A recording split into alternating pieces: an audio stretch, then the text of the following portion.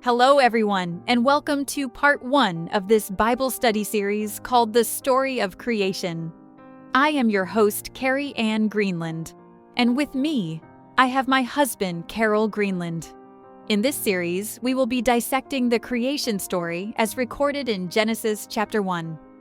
By doing this, we hope to show you that the story of creation is not just a record of the history of mankind's beginnings, but also a prophecy of what was to take place throughout the whole history of mankind.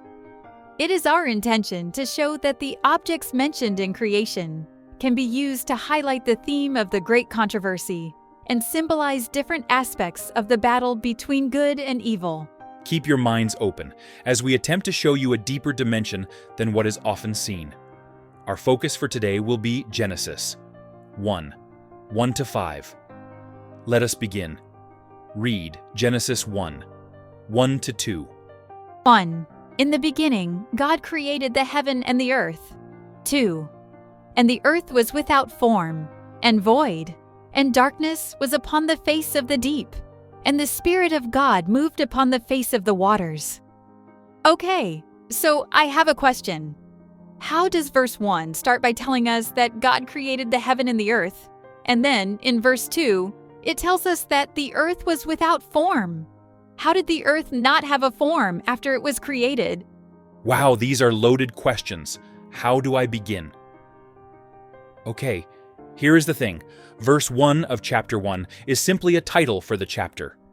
In the time that the Bible was written, this was a common practice. Usually, an author would title his work before writing it. There are still remnants of this concept today. When we read newspaper or internet articles today, each article we see usually has a title. Consequently, Genesis 1:1 is telling us what is to be discussed in the rest of the chapter. However, this is not the only thing that the verse does. It also introduces the realm, where what is to be discussed in the rest of the book takes place. In addition to that, verse 1 identifies an important title of God, i.e., Creator, which is further developed in the rest of the chapter. So then verse 1 tells us who did what, then the other verses tell us how and where it happened. Exactly. I understand that verse 1 is just the title for the chapter. But what did this scripture mean then, when it said that the earth was without form and void? This is a very important question that you have asked. Please note that the Bible does not say that the earth had a bad form or bad shape. The scripture says it had no form. That is to say, it had no shape. Now, for something to have no form, it must not exist. Some will argue that the earth was only water then, but even water takes the shape of the container it is in. Make no mistake, water has a form. The fact that the scripture describes the earth as having no form is just making the point that the earth did not exist. So let me be clear about this. Up until this time, there was no form or shape to call the earth. As if that description was not enough, the scripture then goes on to use the word void, which means empty. This is just to stress the point about nothingness. The earth was shapeless and empty. I hope this is clear. Isn't it an amazing thought to know that God uses nothing to create something? Yes, that is an amazing thought. So let me get this straight. There was nothing at all there. Nothing to refer to as the earth. When we read Genesis 1:2, that is exactly right. To say that there was something to refer to as the earth before the first day of creation would be to give creation a period longer than 6 days. And that's not what we read in Exodus 20:11. This verse plainly tells us that God created everything that has to do with this earth within 6 days. Now that we have gotten that out of the way, I have a question for you. What's that? The scripture you just read, verse 2 to be exact, mentions two things that were not brought into existence during any part of the 7-day creation week. Can you tell me what these two things are? Wait, am I to understand that there are things mentioned in verse 2 that existed prior to the first day of creation? Yes, that is exactly what I'm telling you, and the earth is not one of them. Can you tell me what they are? Let me go back to verse 2 and try to identify those things. And the earth was without form and void, and darkness was upon the face of the deep, and the Spirit of God moved upon the face of the waters. Did you see them? You said two things, but I see more than two things here. I see darkness, the face of the deep, the face of waters, and the Spirit of God. Wow, you are extremely observant. Most people usually mention two things when I ask this question.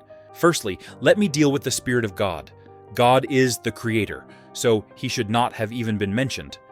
But you are right, He was not created. In actuality, He is the Creator.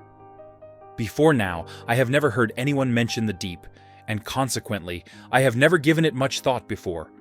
Based on the Scripture alone, however, I can say that the deep is a geographical space. I will do some research and give you a more detailed answer later.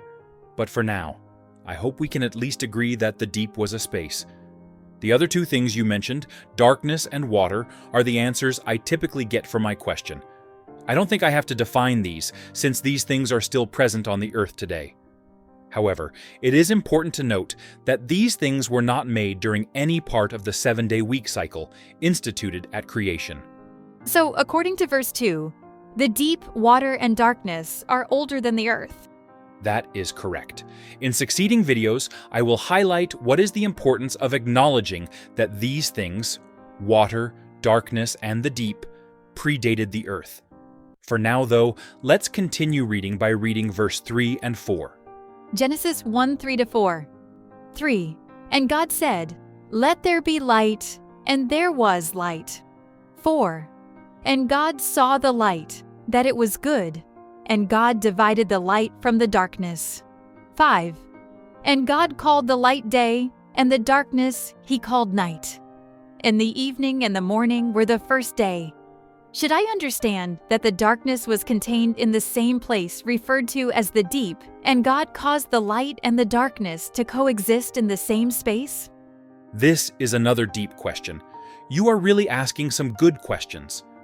Yes, God made darkness and light to coexist in that same place, something that only God alone could do.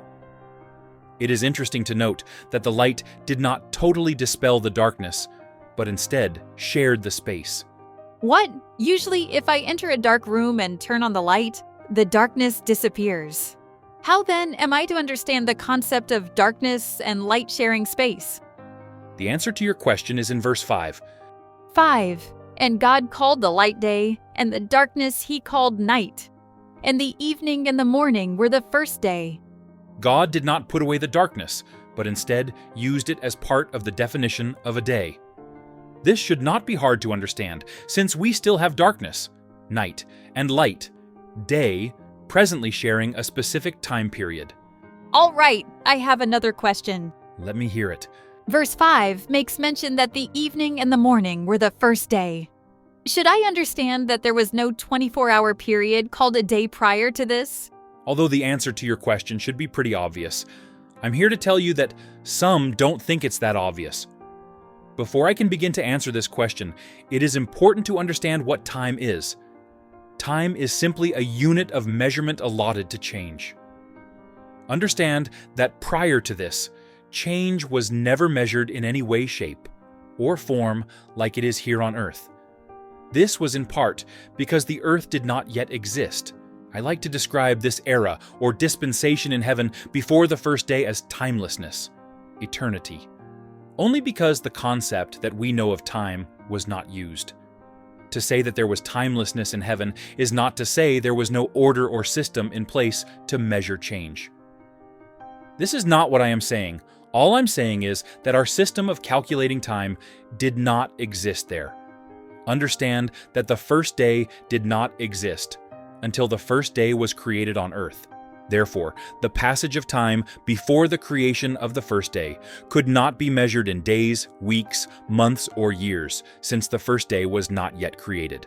I hope this is clear. It seems fitting for me to declare that hereafter there will be endless time. Since God started days, this type of time measurement will never disappear. We are told in Isaiah 66:23 that hereafter our measurement of time will continue perpetually. Wow, I never would have known that there was so much associated with the first couple of verses in Genesis. Usually when a person is asked about day one of creation, they just skip over the first two verses and mention that God created light. However, as you have seen, there is more to the first couple of verses in the Bible than just God creating light. In the next video, we will go on to make inferences about the things that we have identified here. Okay, we have come to the end of part 1 in the Creation Story series. We invite you to drop down your comments and questions below. If you like this video and would like to complete the series, please click on the link to be taken to part 2. You can also click on the blog link below if you would like to read through the entire series. Don't forget to subscribe so that you can be notified as soon as the other videos are posted.